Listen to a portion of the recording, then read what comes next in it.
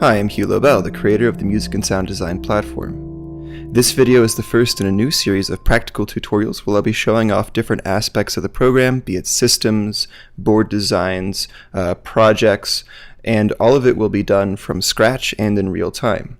This is not a scripted series, and so this will be a bit off the cuff. You might hear me say some wrong words or make some weird comments, so please be forgiving with that.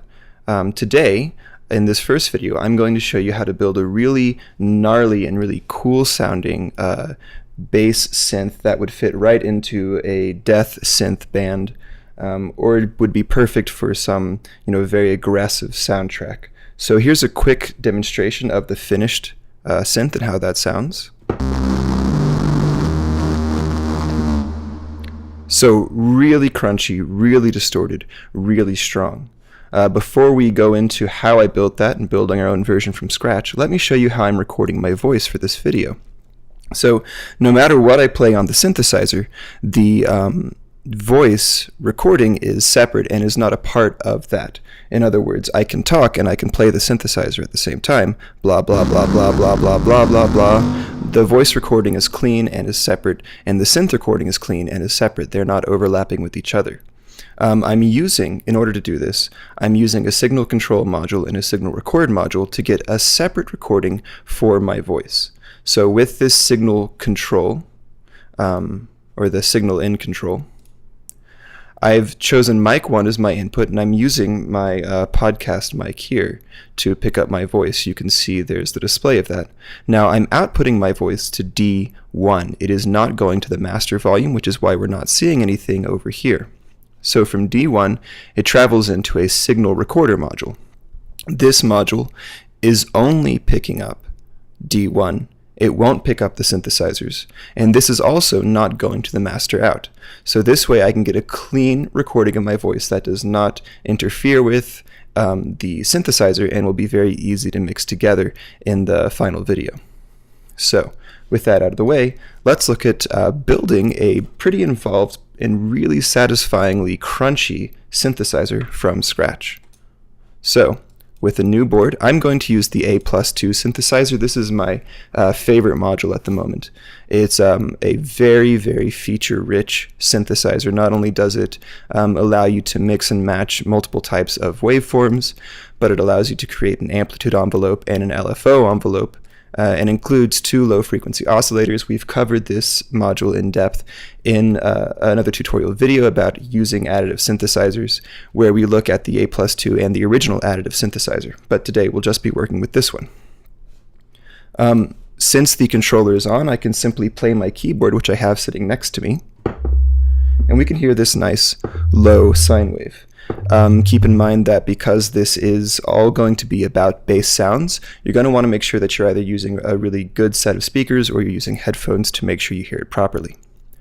Now, the sine wave by default is not too complex. In fact, it's the simplest sound we can generate, as you can see by that nice simple waveform. Let's go ahead and find some crunchier sounds to start with. Let's see, let's take the distorted 4 and let's try that sound instead. Yeah, you can hear that has a very, very harsh tone to it already. Nowhere near what we're going for as the end result, but when we're building our synthesizer in the A+2 module, we're really putting together a strong starting point. We can go a lot of places from here with various filters and effects, but we want to make sure that the starting point with the synthesizer is as close as we can get to the sound that we're looking for to begin. So next I'll mix in a second waveform. I'll take the distorted 1 and I'll crank up the volume knob. Now let's listen to how that sounds. If this starts to get too loud, you can either turn the volume down here or you can turn the master volume down. I think right now we still have enough headroom before we need to balance our overall volume. Okay, so you can already hear that's adding a little bit more crunch in a slightly different way. Let's add one more. Now, there's a number of different waveforms that are going to work for this. The set that I chose is just one that I find personally satisfying. But you should, of course, when building your own synthesizer, spend time playing with these different waveforms to see which combination is the most interesting to you. So I've added the granular 2 wave shape, and let's hear how all 3 of those together sound. Okay, we already have a very rich, very full sound here, but we can always take it a little bit further. One way that you can add thickness to your sound is by detuning different waveforms from each other in very small amounts. So I'm going to use the Synth detuner knob, and I'm going to crank up this waveform by about 10 cents, so that is 10 cents sharp, and this waveform I'm going to crank down so that it's 10 cents flat. And let's play that again. That's already sounding much more complex as we hear those very close but still different waveforms overlap and distort each other. One last thing that I'm going to do to add more punch to the bass end of this sound, because we can always get more punch, is I'm going to octave detune the first waveform, so that instead of playing at its specified octave, it's actually going to play an octave lower. Now this is going to be very low, and it's going to make more of a color to the sound. It's not going to be as prominent. So you can hear already that this is getting big now. But as we saw with that very quick preview of the full board, we're going to take this to a number of different places. So we'll come back to the waveforms tab, but for now let's look at some of our other options. There is one final change that I made to this synthesizer to add just a little subtle touch of nuance to the sound. I'm going to turn on the first low frequency oscillator. I'm going to set it to carrier 1. That's our first waveform, which has been detuned down an octave. And I'm going to play that again, and let's listen. What we should hear is the frequency of carrier 1 start to bend up and down. The result is that kind of wah wah wah wah wah wah wah wah pulse at the very bottom of it. Let's listen to that again. Now that to me is a little bit too extreme, so I'm going to make that actually quite a bit more subtle. I'm going to change the depth from 10 hertz to just 1 hertz fluctuation. I'm going to change the rate from 5 cycles per second to 0.5 cycles per second, which means that every 2 seconds the waveform is going to be fluctuating up and down 1 hertz from the carrier frequency. Now that just adds a little bit of morph to that deep dark growl on the bottom. We can actually continue to modify this by tweaking the amplitude envelope and the LFO envelope. I'm pretty happy with the LFO envelope. We could increase the attack just a little bit so that as that note is held down, that morphing wobble comes in gradually. But it's not going to make a huge difference unless we very massively change the envelope, and I don't want to do that right now. So I think for the moment, we're done shaping our initial sound. Now let's see what else we can do with it. We want to make something as big, as massive, as intimidating as possible. Now you might not think of a chorus effect as being a good tool for getting a big, massive, intimidating sound, but it's actually going to work really well in this situation. Back on the Waveforms tab, we have the ability to choose where our outputs go. So I'm going to route the second output to the input of the chorus effect, and I will set that to A1. And now the synthesizer is going to the master volume, and it's going into the chorus to be further manipulated. Now the chorus at its default setting does something really, really wild to the sound, a little bit wilder than what I want to do even. But let's listen to it. And you can hear there's some distortion in there. I'm going to have to now bring the volume down. I'll bring the volume on the master slider down and try that again. Okay, now that's not loud enough. I'm going to see if I can get that volume just where I want it to be. There we go.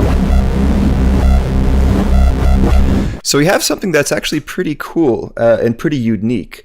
But for what I want here, I don't want something quite that amorphous. That might be really great for a background drone, but we're going to go for a synth that is very playable and could actually replace a bass guitar in a metal band.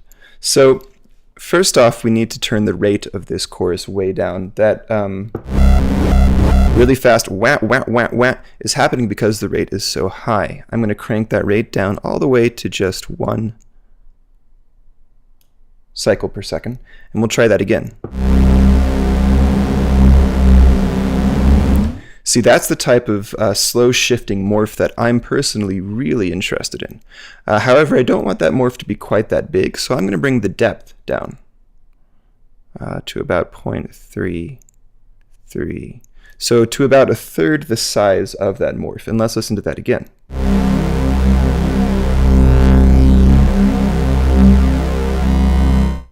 That is exactly what I'm personally looking for.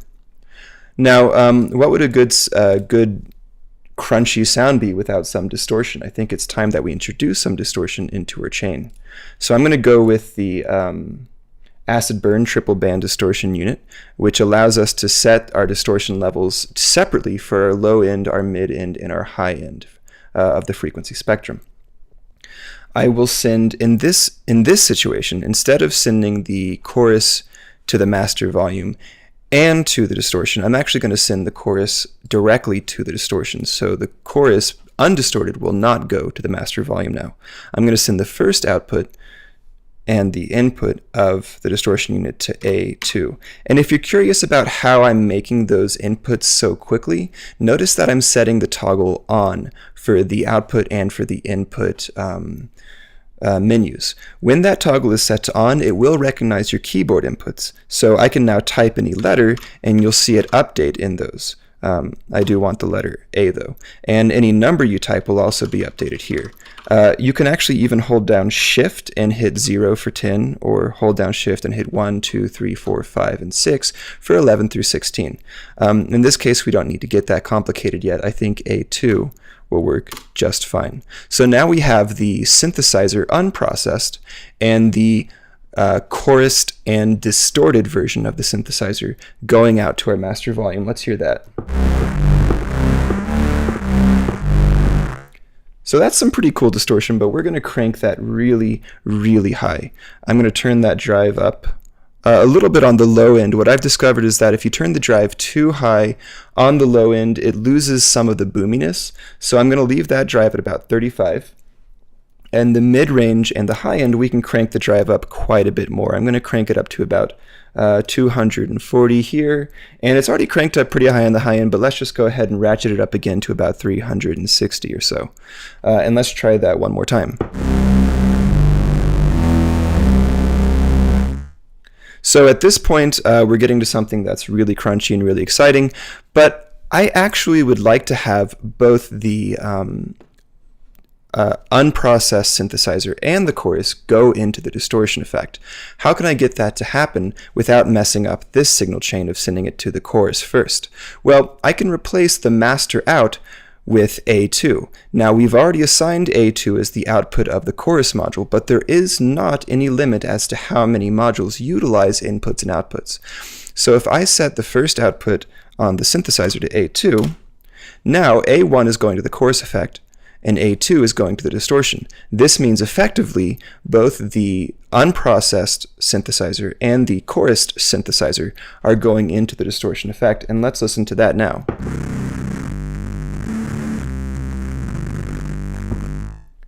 Now that's pretty cool, that's pretty crunchy, but I've noticed that we've lost a lot of that low end. In order to get that back, I'm going to open up the low end here a little bit. And I'm going to lower the Q. Now, the lower the Q, the less intense that distortion is, which is actually good in this situation because it's going to bring back some of that bass frequency.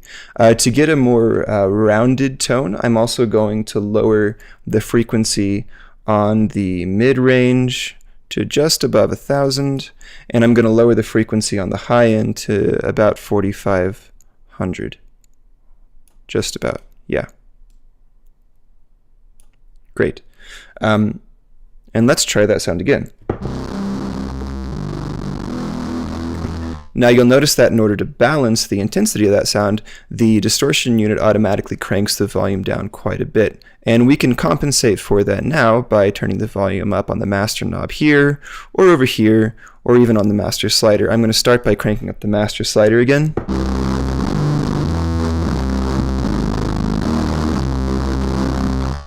And you can hear that really sort of synthetic, almost destroyed quality to that sound, and I'm a pretty big fan of that myself. I'm going to slightly lower the frequency knob again, Let's see. I think that's where I want it, but again, it's still pretty quiet, so I'm going to turn the master volume up on the distortion knob.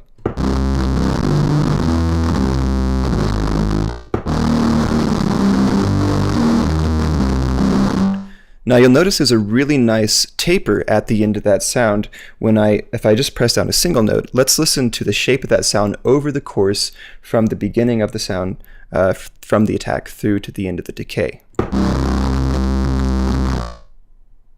That's pretty sweet, right? You can hear a really pretty strong start and a really energetic crackling out at the end. Now, we can make that start even stronger and that end a little bit sharper by changing the amplitude envelope back on our default synthesizer tool. Let's just take this attack envelope slider, which determines how long it takes for the note to reach its full value. And let's play with that a little bit. If I crank that up really high, what we're going to get is a very gradual swell into that note.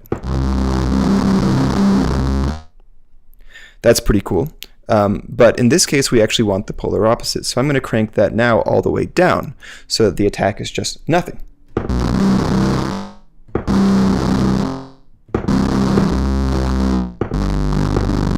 And you get that instantaneous, immediate, satisfying start. On the other end, we can play with the release. If we turn the release knob up,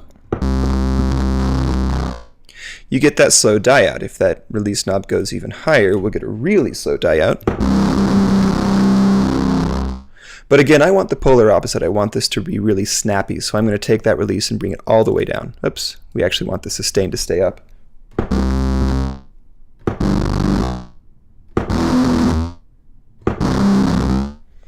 You know, in retrospect, I do like a little bit of that tail, so I'm going to bring the release back up, put that just a little higher.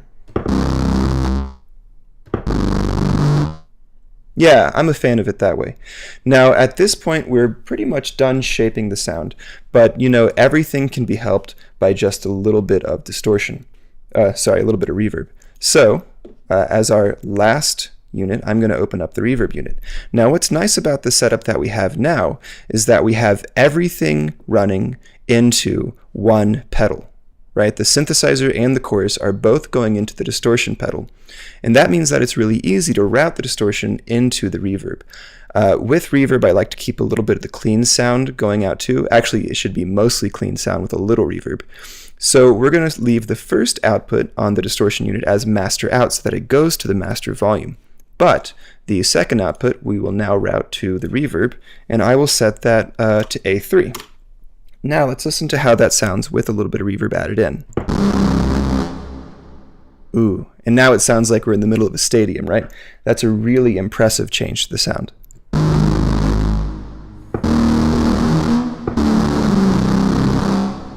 So just to ratchet up that feeling of being in a stadium, I'm going to take the size slider, which determines the sort of size of the room that the sound is bouncing around in, and I'm going to crank that up almost to the max, and let's see how that reverb sounds now. Listen to the length of that decay. That's just butter.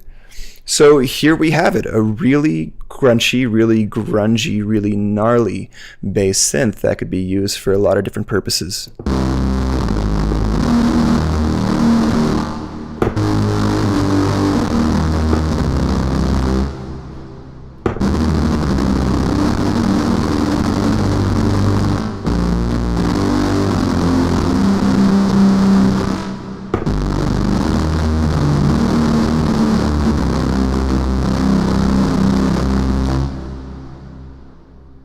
And of course, if you've built this along with me, you should have a lot of fun playing around with this and seeing how you can put your own personal spin on this sound. This board will be included in the next update as part of our board browser list, along with a number of other new pedal boards that we'll be putting together in this series. So thanks for joining me for this first practical tutorial video. I hope you enjoyed it, and we'll be back with more of these soon. Thanks for watching.